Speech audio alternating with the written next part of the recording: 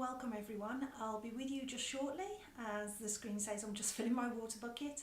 I won't be long.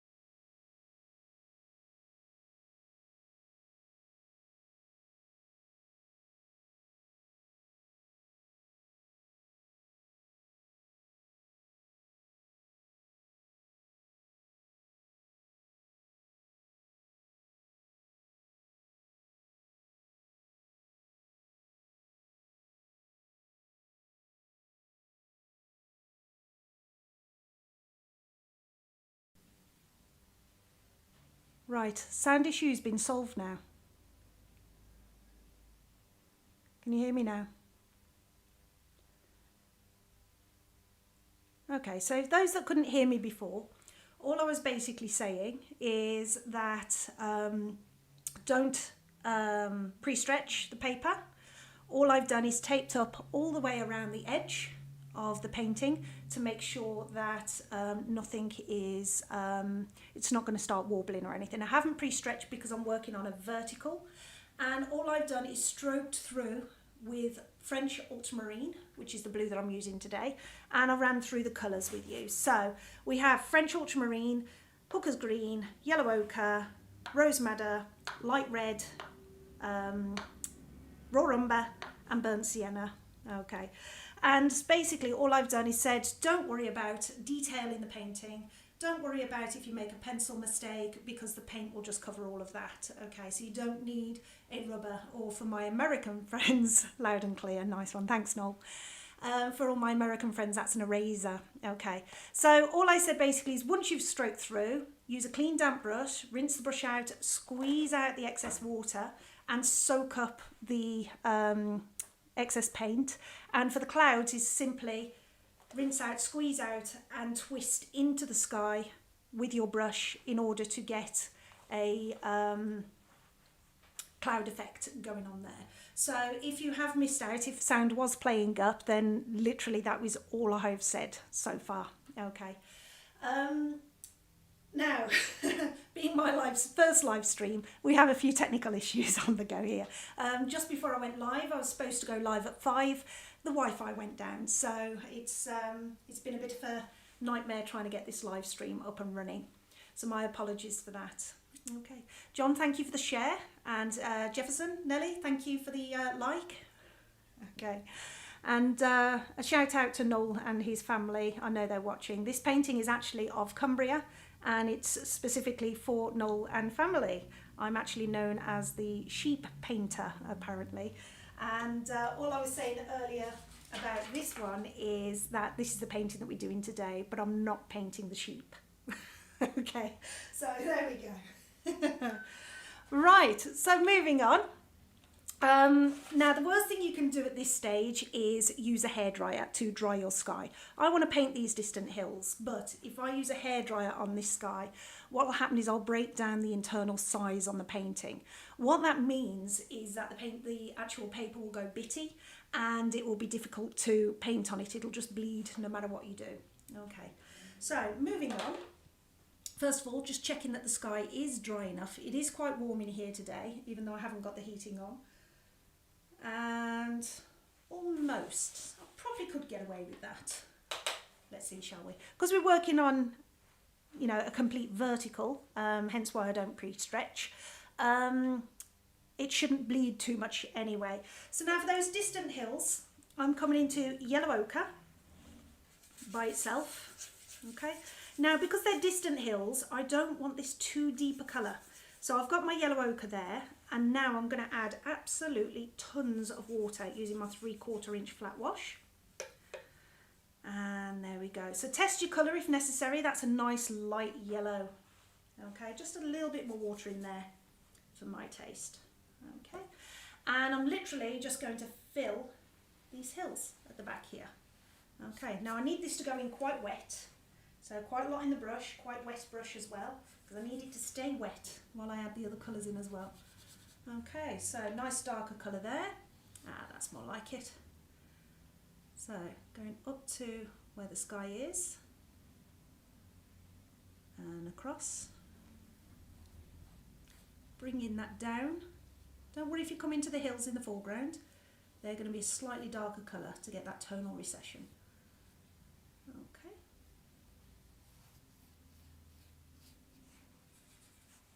There we go. Lovely. Right, now that we've got the base wash on those, I'm going to go on to just Ultramarine Blue. That's the French Ultramarine. And this time I'm going to add in a tiny, tiny touch of light red because I don't want it to be exactly the same as my sky. So I'm just going to tone that down. A little bit too dark, add a bit more blue. Lovely, nice. And I'm going to add water to that. So I always mix my colours first, then water it down to get a nice, good, strong colour. There we go. A bit more water in there. I need this nice and wet to go on. Now I want the light on this one coming in from the right on this painting. So I need some of these shadows, colours or darks to the left of some of these hills. So I'm just going to add these in and also to the base. Now this is all while it's still wet. To merge those colours in, let them bleed into each other, let them blend in, and use your brush to shape your mountains that you want them in to be. Okay, now you notice I've added no green to this, just yellow and blue. Now I use yellow ochre as opposed to raw sienna because it doesn't merge so readily. So now with a clean damp brush, I'm literally just going to soften, taking the darks into the lights and the lights into the darks, nothing more. Just soften those in, shaping your hills. Wipe your brush off every so often and bring that down. There. We don't want any hard lines. And as you can see, some of it is already turning a slight green colour, but not too heavy. It's not going to mix because it's yellow ochre. It's got more kind of base in it and stops it from merging immediately. So I'm going to add a bit more yellow onto my brush with a lot more water. And I'm going to just stroke through some of these blues to soften them in a bit more and add some shape to this hill. There.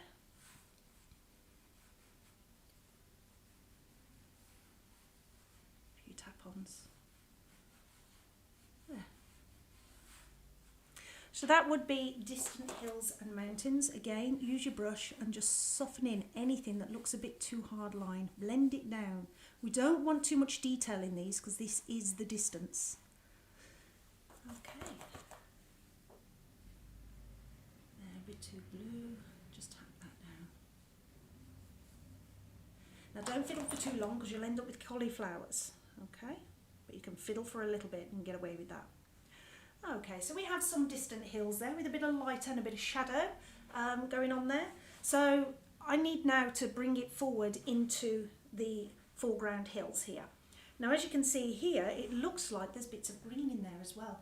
All I've put in is just yellow ochre and ultramarine with a hint of light red in it. And that was just to change it from the colour of the sky. Okay, so for the distant hills, or the midground hills should I say, I'm going to go for, first of all, yellow ochre again. So just checking for questions or comments.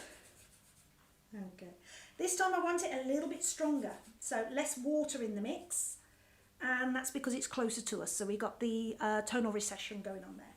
So bringing that into the foreground, I'm going to bring that down so you can see it's brighter on the yellow, darker coloured. We're going to add green to this as well, and I'm just going to take that down the light side. My trees come in here, but as you can see I'm painting through, and that's because when you leave gaps in your trees, you need to be able to see the scenery behind it and not white paper, so paint through them.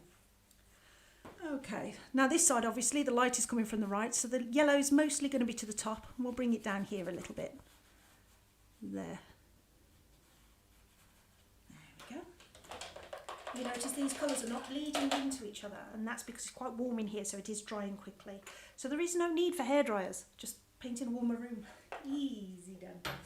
Okay, so now for the green, this time I'm going to be using Hooker's Green.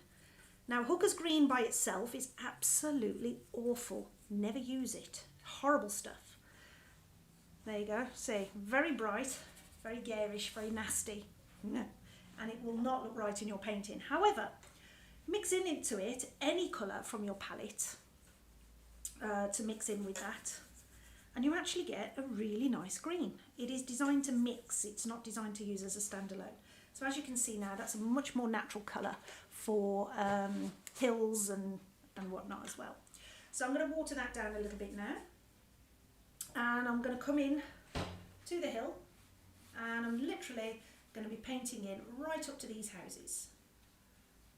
Now, by the time I finish these hills, those mountains in the background will get pushed back. Okay, so this is more or less like an underpainting because we're going to layer this. So don't worry about getting it on messy, just get it on. Okie doke, coming down carefully to the roofs and Carefully up to the hill behind. Like that. Carefully around the chimneys. Now if you do come into your house a little, don't worry, you can simply wash it out the same way I did the sky. And if it's dry, simply rub it with a damp brush and paint it again. Easy enough. Okay, watercolours have this horrible reputation of being one of the hardest mediums to paint with. But believe it or not, later on I'll show you how to paint light on dark. And yes, it's watercolour, not gouache. And yes, you can do that. I'm one of these that when somebody tells me, well, this is a rule, this is a rule, this is a rule, I find a way of breaking it. Especially with painting. If they say you can't do that with watercolour, I'm like, I'll find a way. So there we go, down to the wall. Now, I'm just going to add more yellow, just pure yellow. There's a bit of green in my brush as well, but it doesn't matter. But more yellow ochre to my brush, more water to my brush, because what I'm going to do now is using that, is I'm going to literally mix and merge those, because that yellow has dried, on the paper. Okay, and create some shapes going on.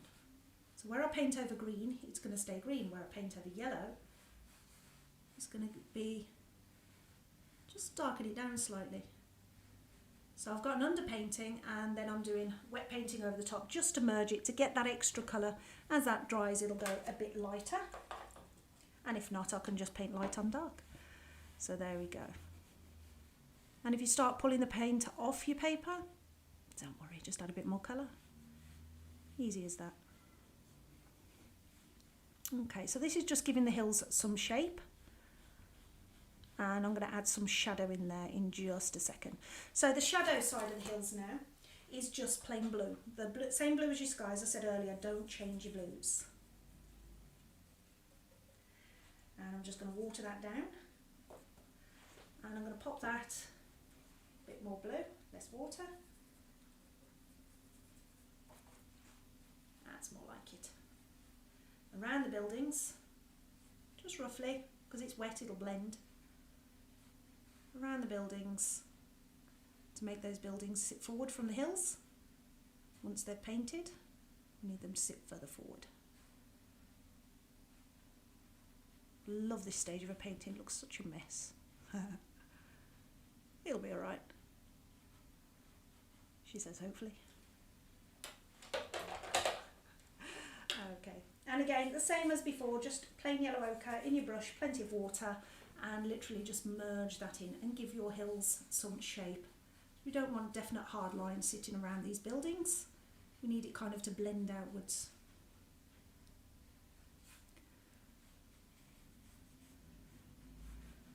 There. I'm not too concerned about here because we're going to have some shrubs there as well. Okay, now while that's wet, it's going to be very dark. It will lighten as it dries, but I'm just going to take out some of this here. There, just to lighten that down a bit, or to tone it down slightly. Too much of the shadow got up there. And there we go. A bit more yellow into there. So, just play, mess around with it. But don't fiddle. In my workshops, people that fiddle get kept behind. I'm joking. We do have fun on the workshops though. So there are details of my workshops on my website. So my website is www.leanneellisart.com, and as you can see, there's also free painting projects on there as well for you to have a go at and try. So give them a go and shoot me an email. Let me know how you get on with them. So something good there to get started with anyway. So if you do like painting and you want some inspiration and projects and whatnot, there's plenty on there to get you started. So as we can see now, by putting these darker colours in the foreground here, or in the midground, you can see it's pushed those mountains further back. But also, if you remember what I said, is it dries lighter. So it's going to get lighter and lighter as it goes on. Okay, so there we go. Okay, I've just had a comment. I'm so sorry, I don't speak that language. I'm terribly sorry, I can't reply to that. Okay, so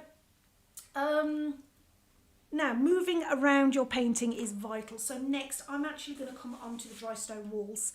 If I try painting the houses at this stage, it's just going to all merge down and blend in because it's beneath. So I'm going to paint the dry stone walls. Now dry stone walls can be done quite easily. First of all, you need the colours that you want in the wall, which in my case is the same colours that I'll be putting in the building and the landscape around it. And that's simply because they'll have come from the same quarry. So now there is a colour, it's made by two different people. The first one is the SAA, and this is the one I'm using, called Sandstone. And the other one is an artist called Charles Evans. He does a colour called Sand as well. It's pretty much works the same way. It's a good lightener, great for doing skin tones, just light sand with a little bit of light red and give you a perfect skin tone if you like doing portraits. But I like it for buildings and beaches. I find it very, very handy. So this one is Sand by the SAA, and I'm literally just going to fill that wall with it. Plenty of water and plenty of paint. I need this very, very, very wet. Okay, so coming up to the building. There. Now don't forget, we are live, so if I'm making any mistakes on this, oh dear, just laugh in the comments, it's funny. And I'll show you how to fix it. Okay, so, here we go. Coming through into there. Now, in order to get some texture on this wall, first of all, I'm going to come in with yellow ochre. Okay, and it's just really thick colour straight out of the tube. And I'm literally just going to tap that in all over the wall. Mostly to the top, but just literally get that colour in there. I need to move a bit more, so there we go. Tap, that's better. Tap that in, mostly to the top, but bring it down as well. Doesn't matter if you go outside of your wall line. I've never seen a cobblestone wall or, you know, a dry stone wall straight, so don't worry about that. Come out your line slightly, move it up and down a bit, because we're going to change it a bit anyway. So, next, raw umber. I repeat, exactly the same. So, raw umber, and again, just tapping it in here and there, just adding texture. It's looking an absolute mess, I love it. We love getting messy with painting. And next we're going to go for burnt sienna. Plenty of that colour, just getting it moving. There we go. Oh, nice. Excellent. And again, I'm not too overly concerned about the bottom here, so get it on, slap it on. And if anybody's ever seen a perfectly straight dry stone wall, send me a picture, I'd love to see. Okay. There we go. Now the next colour is Ultramarine Blue, or French Ultramarine, and burnt sienna mixed. So let's just get that. And what colour that will give me, sorry, just moving that. It's a nice brown there. Adding your ultramarine is a nice black there. So a bit more blue, and it'll go more to the blue side on the mix. There we go. Now I know I do need another camera pointing down at my palette. I'm going to look at getting one of those that clips onto the palette so you can actually see what colours I'm mixing. And that'll be kind of like just above my image in the corner there. Now tapping this on, we're going down towards the bottom for the most part, but come up here and there. Just going to add in your shadow mixes. Make sure you leave plenty of gaps at the top. So, and it's going to add like the shadow to the base. We can shadow this later if we want to. As the colour gets lighter, because you're mixing it in with the sand or sandstone, then obviously add more colour. Now at that stage it looks a mess and it doesn't look like a dry stone wall, but you've probably seen this trick by other artists as well. The card. Now the most important thing to remember is do not use an active credit card or debit card. You will kill it stone dead. Okay, so all I'm going to do is just using the corner of the card is scraping through, and as you can see that will give me a multicolour dry stone wall. How easy is that? There we go. So small little strokes, just using the corner. Don't use an active credit card, as I said, you will kill it. Okay. There's something in the paint apparently that deactivates your card. So if you've been using it for painting and you've got paint all over your card, and you go to make payment, all of a sudden your card doesn't work, you're not going to be able to buy your new paints. Oh dear.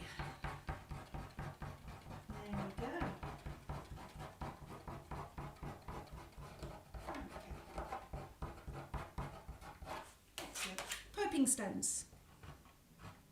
So on the top, going back across,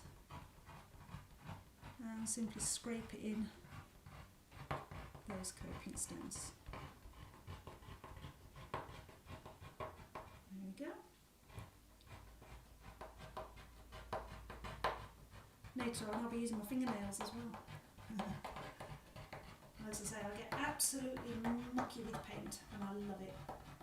As long as you're getting mucky, as long as you're enjoying it, you're doing it right. Art is subjective, and if you get a painting or two out of it as well, that's a bonus. But the important thing is to enjoy what you're doing. Okay, now I've got a few bits here that are about to drip, so I'm just going to literally grab that with the brush before it does.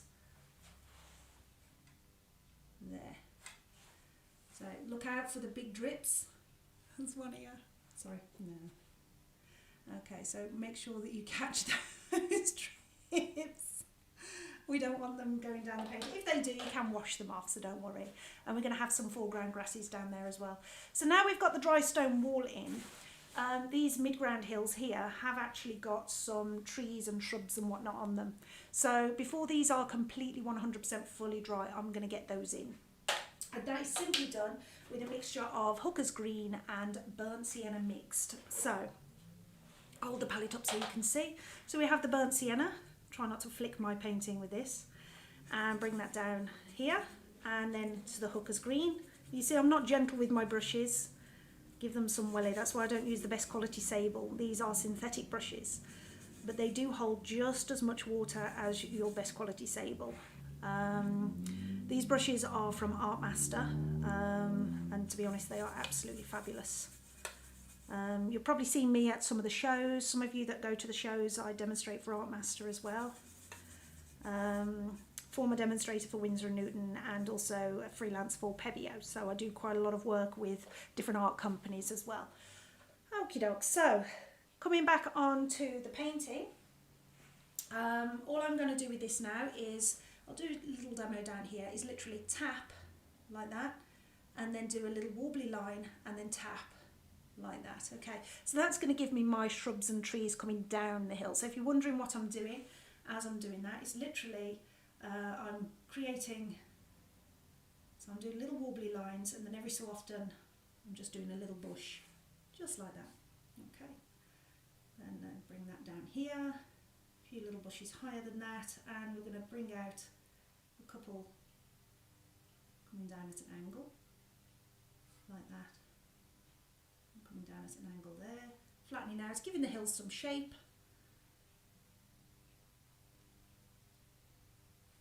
There, and obviously we're going to have separation lines between the fields as well. You don't have to add too many, just something to give that distance, because we're going to add some shrubs and trees and whatnot around here as well. It's just giving some detail. Now, to flatten that down in the landscape, it needs shadow, but rather than doing a specific shadow mix, what I'm going to do is literally just stroke the underneath of these with a clean damp brush. So same brush, number 10 round, and all I'm doing is stroking beneath them to create little shadows of their own, to sit them down in the landscape. We're going to add some more shadows to this later as well. Just merging it down and sitting them down in the painting. Yeah, so it actually looks like you've spent ages painting little shrubs and fences and whatnot in the distance, and that's simply all it is. It's literally quick and easy. So from the other side, I'm going to do the same over there. It also pushes these mountains further back as well, but also brings this a little further forward. So remember, the closer something is, the more detail you will find in it. So we're going to do some going up here. And same technique, so little wiggly lines and tap every so often. There we go, little wiggly lines and tapping. And bring that down there. And as I say, we've got bushes down there as well, so I'm not overly concerned about doing too many.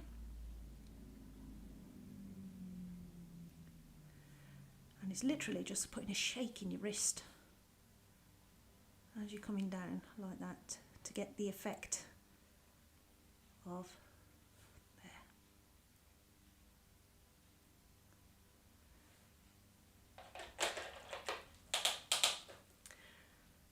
Okay, And again, the same, just soften that in, give it its own shadow. There.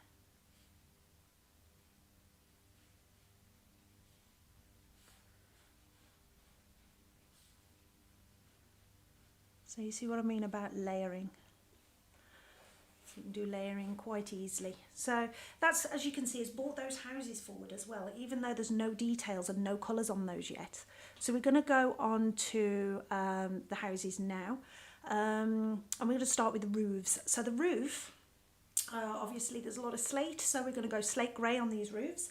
Now for the slate grey, it's quite simple. So all I'm doing here is just using a damp brush, rinsing out my palette and dropping it on the rug I've got down here. Okay, so for the slate grey, I'm going to go switch to my number 10 flat, okay, for the roof on this. And I'm going to mix in burnt sienna, there we go, and French ultramarine to make black. There we go. Just like that. It's a bit more to the blue side being slate. So a bit more blue. There we go, lovely. And I'm just going to water that down so that it turns to a more grey colour as opposed to a black.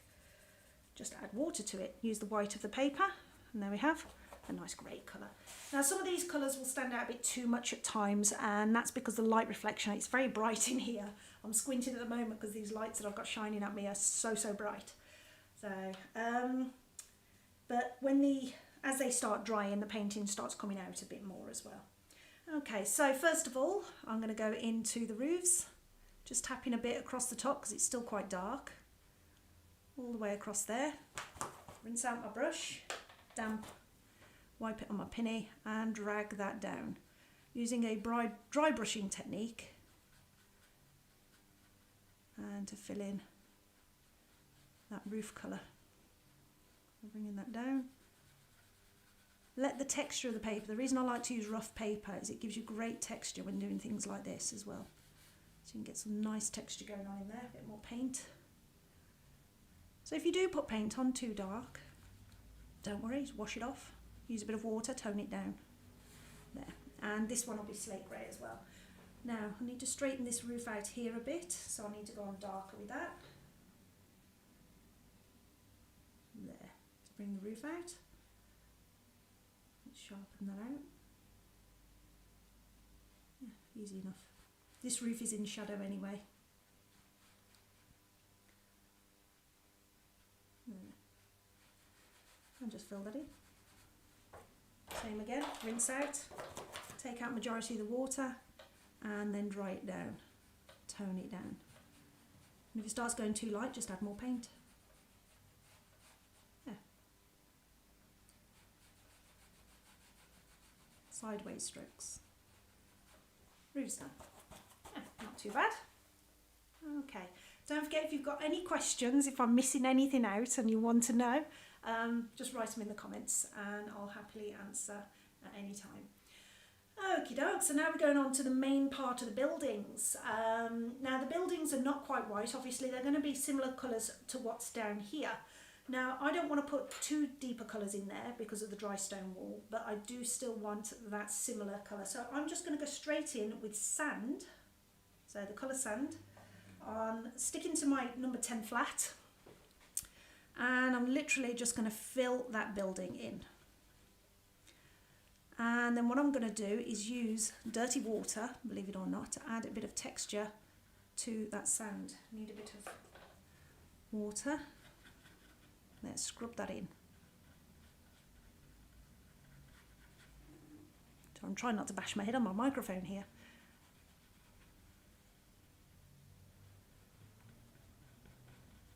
There we go. The other thing that you may not have heard earlier when I was having sound issues is I was going to do a shout out to Noel and his lovely family as well up in Cumbria. Apparently I'm known as the sheep painter. This is the painting that's actually on the sheep as it happens. So hello everybody. So right, here we go. So I'm just filling in this building. There we go. And again, this side here, don't forget the chimneys as well. Now you can see some of that chimney is covered in green. It's not a problem. With this sand, let me show you down here. As you can see, you can paint light on dark. So you know when I was saying you can't, like earlier when people said you can't paint light on dark with watercolour? Yes, you can. Okay, and there's the proof of it. So yes, you can paint light on dark, and no, it's not gouache. This is watercolour. The amount of times people have said to me, well, that's gouache. Watercolour can't do that. Of course it can. Just go straight from the tube. Not a problem. Also, if you need to shift watercolour, you can. Just wash it out. If you don't like where you've put it, wash it out. Job done. So this also is going to end up merging into a block at the moment. We'll bring it back out again with shadow in a bit. Once this is all dried, we'll be able to get shadow on there. There we go. Scrub that in. And the chimney. Back into the palette. And again, we'll add shadow to that to define it a little bit later once that's dried. Now, to get some extra texture in this building, I'm literally just going to go into some muck. So I've got in the corner of my palette here some mucky water. As you can see, it's quite mucky there. And it's mostly black, but just dry your brush off. And I'm literally just going to scrub that through the building. What has she done? Don't worry. And clean damp brush. Mucky up the building. Unless they've had the jet wash out, I'd say the building's going to be mucky, and that'll give you a nice stone effect, as you can see. Muddy water. That's why I don't change my water. Use it. Let's get that on there. Oh, a bit of sand on the side there. Excellent. Okay, so coming over to this building here, as you can see, I've come into it with a bit of green, so I need to get some of that green out. Just at the edge there. So I'm just going to sharpen my brush and just stroking that there. And as you can see, that little bit of green there is gone, so the building is more straight. So as you can see, you can take out, especially with synthetic brushes, any synthetic brush will literally suck that paint straight out of the painting if you want it to. For example, this green here, sharp end of the brush, you see it on the screen, and all I'm going to do is literally stroke through like that. Rinse the brush out, squeeze out excess, mop it up. There we go. So as you can see, you can take paint out even after it's dried. And you saw I did that early on before I started with green in the distance, so we know that's bone dry. Even weeks after it's been on the paper, you can get your paper back to white paper. So if you make a mistake with watercolour, don't worry about it. This mess down here that I've dragged down on my hand, there, from the dry stone wall, I'm not worried about that. You know, it'll all come up when we do the foreground grasses. Okay, so now we've cleaned up that building. This one is literally just raw umber.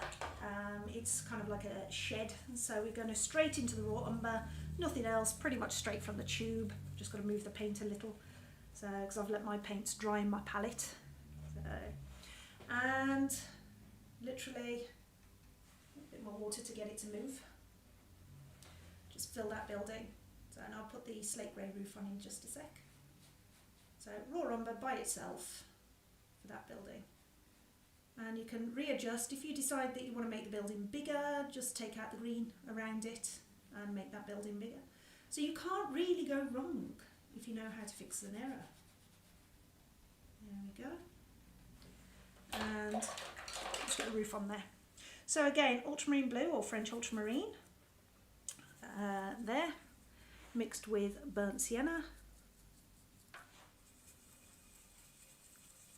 Slightly to the blue shade, perfect. Water it down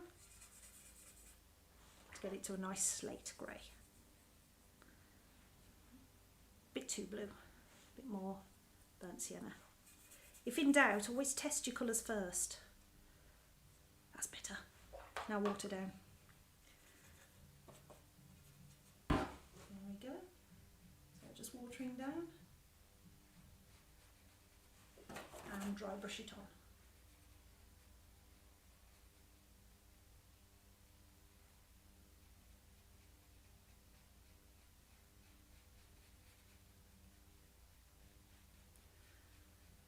Now the other thing I've been looking for as well is royalty-free music, music that I can have on nicely in the background while people are waiting, like when I first go live, while I'm waiting for people to log on. If people had some nice music to listen to. I've actually got some from Royalty Free Music Club, but then it turns out that you're not allowed to use it on live stream, which is kind of odd really, because it's not then royalty free surely. So if anybody ever comes across anything like that, shoot me an email. I'm really, really interested in that.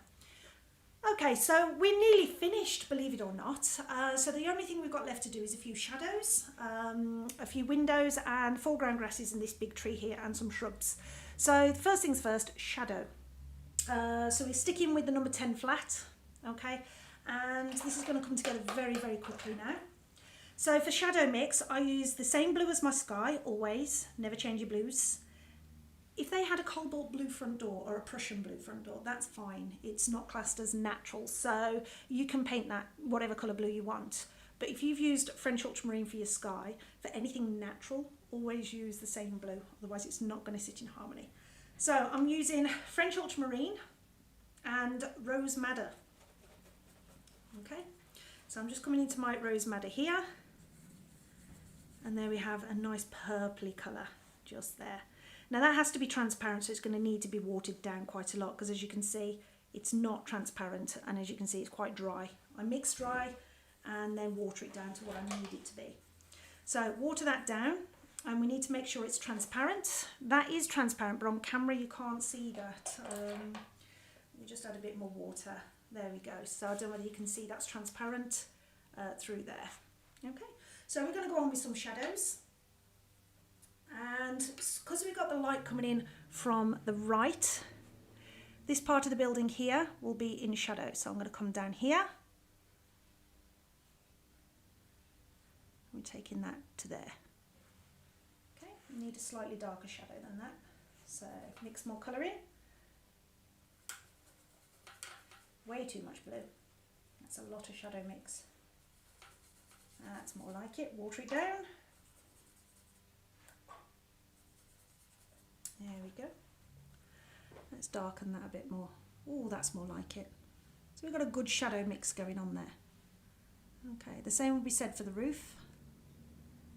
So let's darken that roof. Just like that. Now this building here will be putting a shadow across there, but the building that casts the shadow is darker than the shadow it's casting. So just add more water to your brush. Shadows are vital for, it does make a difference between a good painting and a real painting that pops out at you. So the deeper your shadows as well, the brighter the sun. So if you've got really nice deep bright greens in your painting, get some dark shadows in there and really show off that sunshine. Okay, so this is going to add a shadow onto there, like that. And as you can see, the shadow I'm putting on now is slightly lighter than the building that's casting it. It's so that it differentiates between the two. Okay, so next bit of shadow is going on this building here with the chimney, or this part of the building, should I say. Chimney, bring that into the roof there.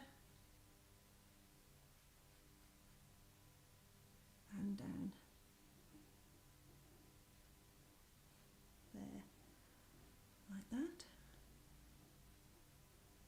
Need to be painting very careful. I'm turning my brush at every angle to make sure I get good sharp edges. Now when I'm painting my castles, I do round shadows, and that could be quite effective on some of the round buildings. So yeah, it all depends on where you want your shadows to sit. Okay, so this building here is the roof, and the side of the building is in shadow. So I'll do those at the same time. You notice how the roof I'm coming across at that angle and the building is downwards.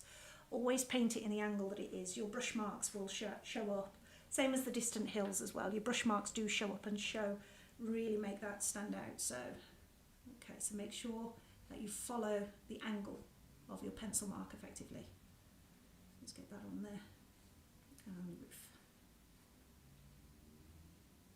There we go. As I say, we'll define that. Once that shadow mix is dried, we can define it with shadow just under the edge of the roofs there. Now this building here, obviously we need to separate it from the building behind. So again, slight more water to your brush, not too much. And all I'm going to do is literally add shadow there and separate it from the wall, adding shadow at the wall level here and here as well. Rinse your brush out. See, it's starting to push through and it's making those buildings pop. So I'm just going to soften the edge of that shadow there and there and here. And you'll start seeing this building really standing out in a moment. So it's starting to really stand out. So that shadow there is still a bit too dark. I just need to blend that in slightly. There we go. So it's toned it down. So it's separated all the parts of the building. Okay, just forgot that chimney at the top at the back. Let's just get some shadow on there. And that's there. And it will cast a shadow on the roof there. Okay. Now the only thing we need to do is get shadows under the eaves and also on the other building. I'm going to move over to the other building for now because I need to get it under the eaves on wet shadow, so because it needs to go slightly darker there to make that roof sit down.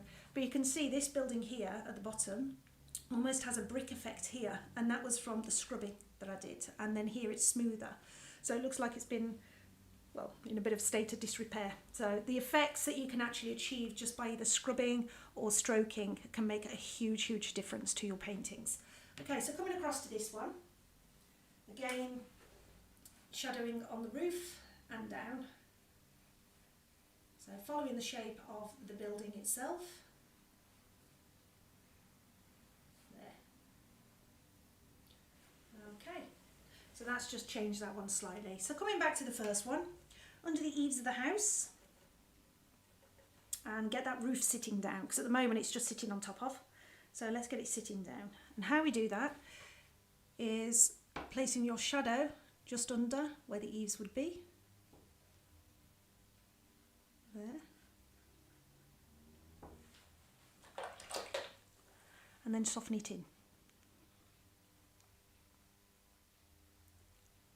Like that. And that will help that roof sit down.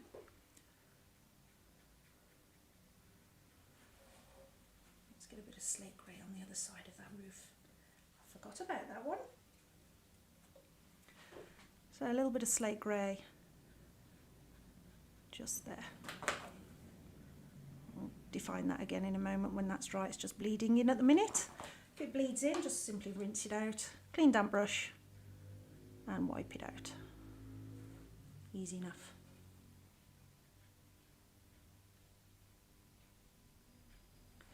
And if it starts going a bit too low, easy. A little bit more of that colour sand I was mentioning earlier. Light on dark. When that dries, and back to the way it was. Easy enough. Okay, so I'll come back and finish that part off in a sec. Now for now, I'm going to go back to my shadow mix and get it under the rest of the building there. So it is literally rose madder and French ultramarine, okay, for your shadow mix. So I'm coming underneath the building here, all the way across and on this part here. I'm going to sit this roof down and again under the edge here just to darken that bit, and under what would be the roof there to darken that bit. Okay, clean damp brush and soften it in. So all I'm doing is just touching the edge and let the water take it down, especially on this bit that you've already painted shadow on. We don't want to be moving under painting at this stage. Okay, so you can see that roof is starting to sit down a little bit more.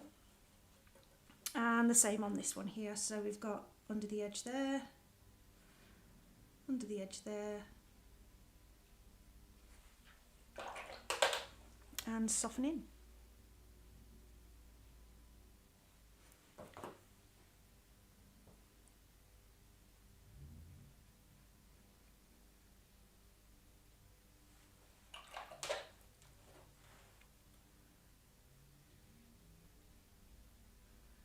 Okay, so I have a little confession to make. Earlier on, when you was having sound issues, the reason I knew that none of you could hear is why I repeated everything. I'd forgot to unmute the mic. Yeah, I know. First stream, what can I say? Never mind, I'll get it right next time. Okay. So next time I stream, I should imagine Noel will be on here saying, unmute, unmute. Thank you. Right. Right. Yeah, so a little bit of a confession. Technical issues, as I call them. Okay. And that'll just separate the top of the building. So again, the same over on this building here. So we're going to get some windows and everything in here because anybody that lives there is going to need to see out as well. Okay. And just under the edge there. And setting it down.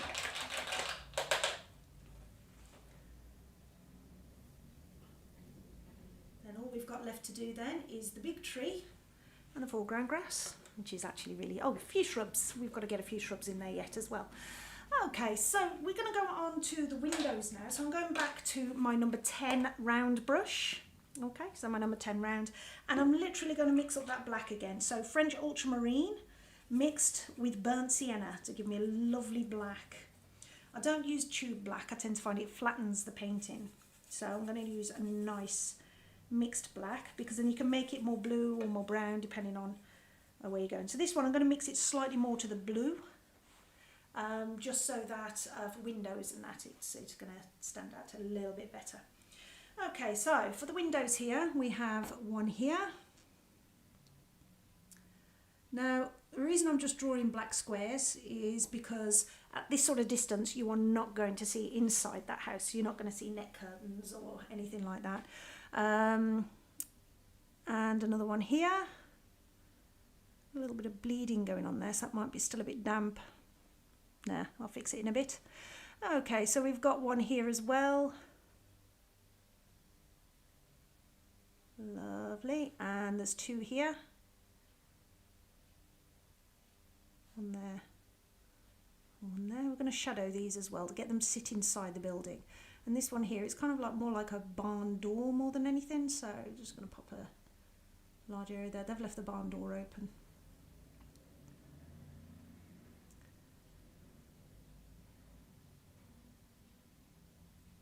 There we go. Lovely. Okay, oh, we've got one here.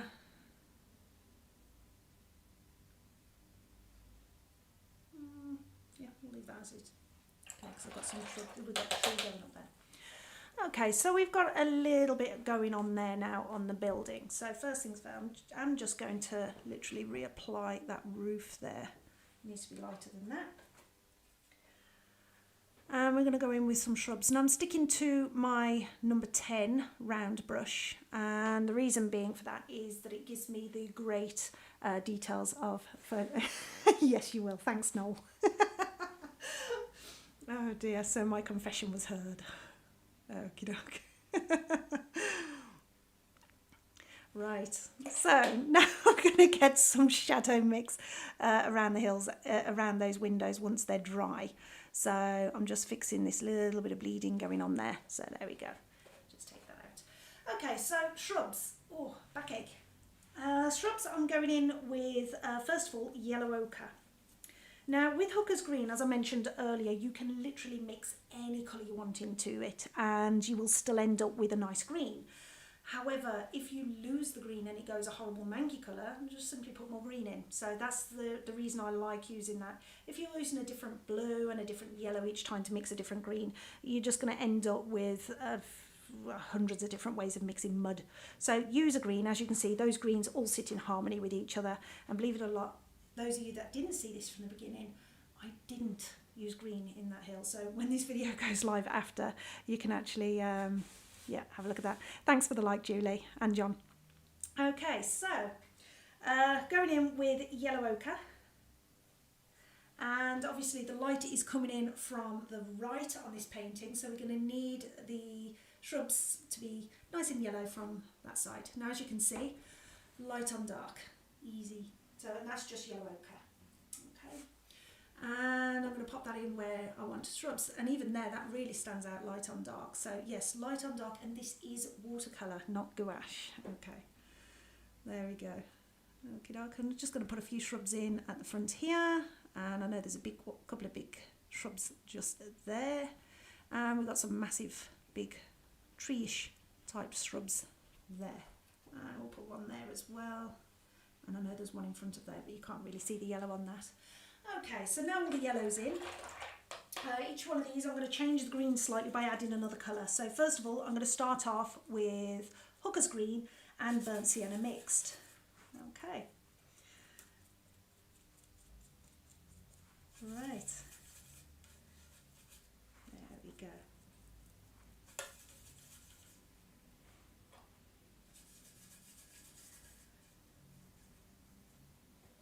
And again, just tapping on, same as before,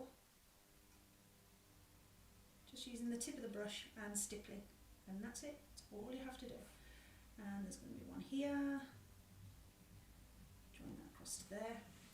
And now I'm going to add a tiny touch of blue into the mix to change the green slightly. I don't want it massive changes, but I don't want the exact same green in every shrub on here. Tiny subtle differences. So I'm just changing them very, very slightly. And now I'm going to add some raw umber into that green mix. Add a bit more green if you start losing the green mix. And I'm going to add that in there. Like that. And a bit there. A bit here. Tap it in wherever you want. There's the seeds starting to... And we'll sit them behind the wall in just a moment. So at the moment they're just sat on top of. I'm going to sit it behind the wall. I'm going to add in a tiny touch of light red into that green mix as well. Just change it slightly for this big one here. And more water into the mix. There. And that can join up to that one there. Yeah, so it kind of gets multi-tonal greens, only a subtle difference, that's all you need, just a subtle change. There. Okay, so we're starting to get a bit of character to this little farm now. And we need to add a bit of extra 3D to that tree, those little shrubs, and also to sit them down and sit them behind the wall. So how we do that is shadow. And all I'm going to do is literally just French ultramarine, because it's not going to turn out French ultramarine, it's not going to turn out blue. It's going to go a darker shade of green, and if it does go blue, just tap it in. Okay, so that's the dark is going to the left and to the base of each shrub. To the left and to the base, and that'll help sit it behind the wall. And to the left and base. At the moment it's blue, but we're going to merge it in just a second. Just take that off blue. So as I said earlier, my next stream hopefully will be in acrylics, and what I'm actually looking for, because I wasn't sure whether I was actually muted when I was asking for this, what I'm looking for is if anybody wants any paintings doing on live stream, shoot me an email and I'll go through them and have a look and see if any of them are viable.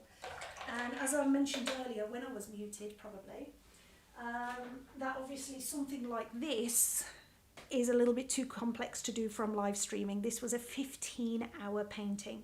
So something like this is not possible for me to live stream, I'm afraid. So nice little scenery like this. If you've got something that you think you might like to see done in live demonstration, shoot me an email. As long as you have the copyright permission to give me, I can actually then do it in live stream. Okay, and watch it being painted live.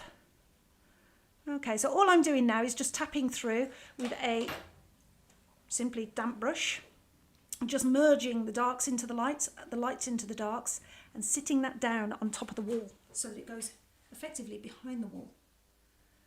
Okay, there we go. So just the giant tree to do in a minute, a few shadows around the windows and the foreground grasses, and this is done. We're nearly there.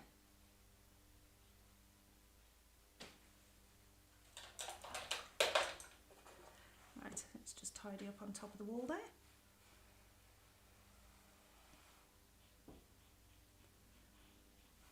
Lovely. Oh, just tap that in there.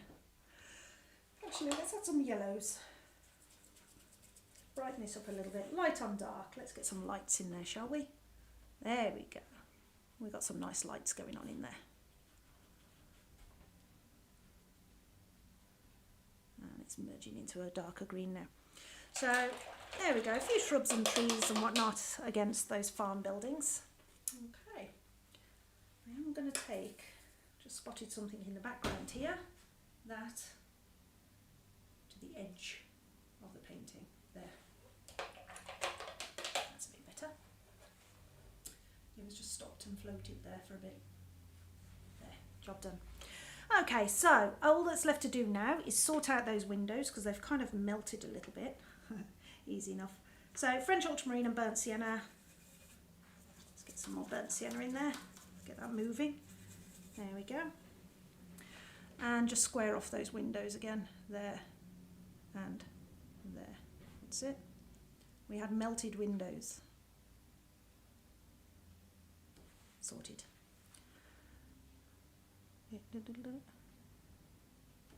That's better. Okay. Now, to sit something in a building, the shadow needs to be on the same side the light is coming from and the top. And to sit something out of the building, the light needs to be the side, the opposite of the light and the bottom. Okay, so we're going to have these sitting in the building, so it needs to be the top and the right. So shadow mix again, French ultramarine, mix with rose madder. So that nice aubergine colour. And I'll leave those two for a little bit because they're still wet, to the top and to the right. Now this may not show up too much on camera, but in real life that's pushing those back into the building. Okay, so can you see it on camera? A little bit from what I can see on my screen there. Okay, let's go to these ones. So to the top and to the right. Sit those down. I'm going to sit that far roof down again. Thanks, I'll put the roof in. Now let's get the roof shadow. There. And soften that in. There. Same for this side. Under the edge. That's better. Remember, the deeper the shadow, the brighter the sun. Okay, so that being said, all that's left now is the giant tree and the foreground grasses. So, for the big tree, now we're going to be putting it in somewhere here, and there is a light side to this tree as well, so I'm going to need to suck out some of this paint. So I'm going to decide where to put it. We'll put it there. So I'm just going to pop my palette down.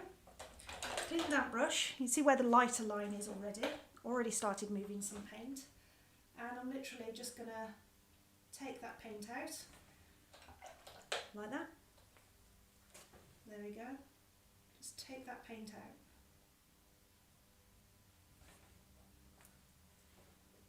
Easy enough.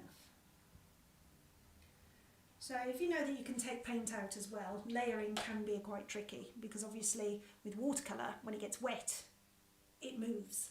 So layering can be tricky. What you have to do is, as you can see, I'm moving slowly. When you're painting one colour on top of another, don't move slowly, work quickly, and you'll find that you'll be able to sort that no problem. So there we go, let's just get rid of that line underneath there as well. So we have part of the big tree. So I'm going to come in now while that bit's drying. Actually no, we don't need that bit to dry, it doesn't matter, because down here we're going to merge in for grasses anyway. Okie doke, so I'm going to go in with tree colours now, starting off with some yellow ochre to the light side of the tree. Plenty of it. You see I'm really digging into my palette there. And I'm going to come down the light side, which is this piece I've just taken out. So I've taken that out specifically for the lighter part, because I wanted it to pop a little bit more, so I'll just take the colour out of there. Then, raw umber, just by itself.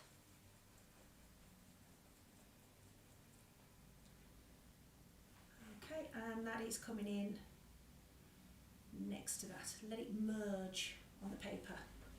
And the next, you see starting to round already.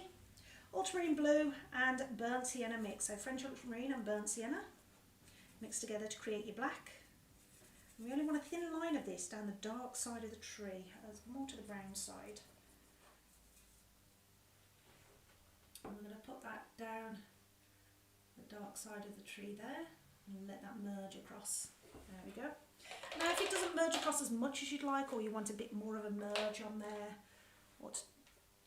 just simply take it across with a flat brush and just touch it slightly in a few places here and there, like that, just to merge that across. You can also add more colours, do whatever you like with that really. But as you can see now, the details in this mountain, even though it's detailed, is pushed further back because of all the colours that are in the foreground. So that's why we started with quite a washy colour. That sky is dry, 50% lighter than when I put it on. And that is because I did a pre-wet. Okay, so if you're too heavy-handed with your colours, do this as a pre-wet as well. I actually pre-wet it with yellow ochre and then added the blue afterwards and then merged it with a brush, and it gives a fabulous effect. Okay, now coming back to this big tree, we're going to have a few branches coming off here and there. So I'm literally just using my number 2 rigger, and I'm just going to dance it on the page a few places here and there. So when I leave gaps, you'll be able to see those through. Nothing too complex. Most of that will be covered anyway, but just as a framework of where I want my tree to go. So for the leaves, I'm not going to go to like a number 1 single hairbrush or even use my very long hair to actually paint it. I'm literally not going to paint every single leaf on that tree because we'll be here all night. Okay, and we've already been an hour and 20 on live already. So I'm going to use my 3/4 inch flat wash, and I'm going straight into, first of all, my yellow ochre just by itself. So yellow ochre by itself, and turning the brush on its side, I'm literally going to tap like that.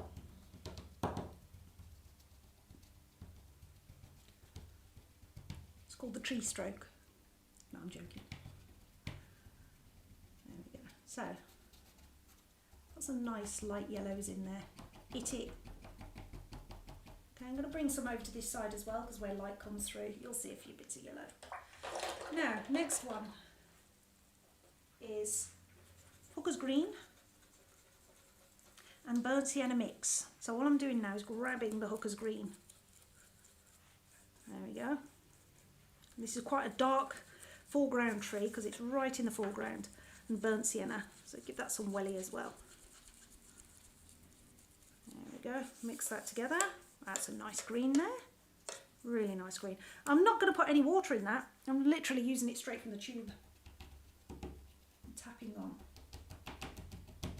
I will need to put a bit of water in just to get it to move. But I still want it a good strong colour, so just damp your brush, that's better. Oh, tape's coming up there. Just hit it. A bit more water in my brush because I want it to move. But I don't want to lighten the colour, so I'm going to add more paint as well. Same 2 colours. And tap. That's better. We've got movement now.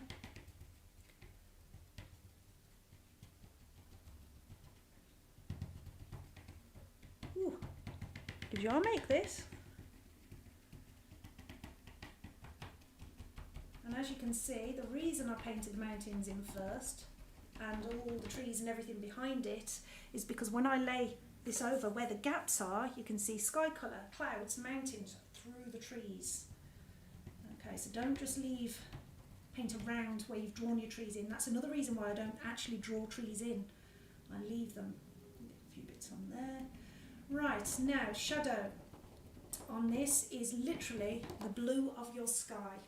Okay, so just the blue of your sky. So in this case, French ultramarine by itself. It's going to sound odd. And I need this going quite wet, but not too much on the brush. And that's because it won't come out blue. It just merges with the green. And all it does, it darkens your green. And bring that down there. And just hit it wherever you want, some bit of shadow in there. Now to add a few highlights in there, it's quite simple. Digital art. Sorry. Get some light bows in there. Not too many. Don't go too mad with it. Just a few. There. A few light bows in there as well. Digital art, you get it? Did you? Yeah, sorry. they do get worse, and they will get worse. Okay, so the last thing to do now is just the foreground grasses. Okay. So don't forget, before I end, if you've got any questions, add them into the comments and I'll be happy to answer any. Okay, so going into the yellow ochre. Just yellow ochre. Lots of water in the brush. I've got my 1.5 inch flat and back to my big brush again now. And as you can see where this mess is here, just scrub it through, and as you can see that's gone, and stroke this in throughout your foreground. Now what I'm doing here as well is moving the base of the wall, just moving it slightly, just by jiggling the brush. There. Just jiggle the base of that wall. The reason being, when we go on with the green in a minute, we're going to soften that down. There. Oh, what a lovely mess. Great, isn't it? Okay, so Hooker's green mixed with burnt sienna, because I don't want this grass too bright, but I do want it darker. It's in the foreground. I need it a stronger colour, so less water as well. There we go. Lovely. So just water that down, not too much water in your brush, and I'm going to stroke that in just lightly. Yeah, need a stronger colour than that. So less water, more straight from the tube, so just add more tube colour in, not a problem. There. Oh, that's better. Nice and strong. Okay, so all I'm doing here is pushing into the paper and flicking up into the wall. Now it's important that you remember not to have too much. If your brush is dripping, you're going to flick this all over your painting. So not too much in the brush, but not a bone dry brush either. So I'm just flicking up into the wall and also into the base of that tree and from the edges of the grass here as well. There. Now you can play with this, just empty that brush a bit. You can play with this and move it around, soften it in, leave highlights, add more yellows, do whatever you like with it. But once it starts drying, obviously stop. So I'm going to add more yellow into there, straight into the yellow ochre. Oh no, that was green. Dirty brush. Yep, very dirty brush. Okay, yellow ochre. Like I said before, this is a live painting, so if it goes wrong, I'll show you how to fix it. So I'd use that technique with removal of a colour, and it's then just a matter of flicking up. Now to add a little bit of extra texture there, if you want, you don't have to, but you can. Use your nails and you can simply just flick up to get some grasses in there. I'm not going to on this one, so I'm just going to stroke through that to get rid of those. And just a few stronger green brush flick ups. Thank you, Ghost. Oh, bless you. Thank you very much. And thank you for your comments. That's lovely. I'll be doing lives more regularly from now on. So if you've got any paintings that you want or pictures that you have, if you've got the copyright to it, shoot me an email with the image and I can paint it on live stream, as I was mentioning earlier. But thank you for your lovely comments. Okay. And I'm just going to add a bit of extra dark down here. It's got shadow coming from that tree. A few flick ups. Just add a bit of texture onto the wall. And also that wall is going to be put in shadow. And all I've done is just darken the green down slightly so that the wall is now giving us a nice shadow as well on those grasses. Okay, there we go. So now we have a painting there. Now remember what I said earlier about taping up all the way around the outside, and that's because when I take my tape off now, that gives me a beautiful white border. But here the tape is snagging because it's about to rip the paper. Peel it away from your painting so it rips this part here, not your painting itself. So always pull your tape away.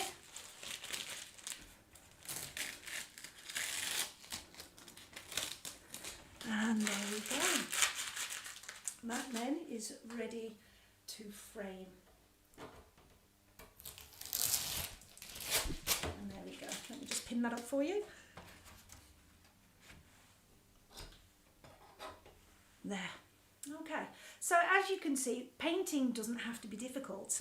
Watercolour painting is not actually as hard as you think, because there are ways of correcting mistakes, there are ways of painting over, and there is always a way to paint light on dark. So don't panic too much. Just get mucky. I don't know whether you can see that on there. There we go. Get mucky, enjoy it, have fun. I know I always do. So thank you all for watching. Don't forget, on my website here, there are plenty of free painting projects to get you started. In the meantime, I will be coming back live sometime in the near future. It did take me a little longer than expected to get live this time, just for the simple fact that I had a few technical issues and then the Wi-Fi went down tonight. So hopefully on a Friday, every Friday, hopefully, fingers crossed, live at 5, I will be here. So fingers crossed, barring any technical issues. And don't forget, Noel, I need you to tell me if my mic's still muted. So thanks for that. Anyway, thank you all so much for watching this stream, and I hope to see you next time. So take care.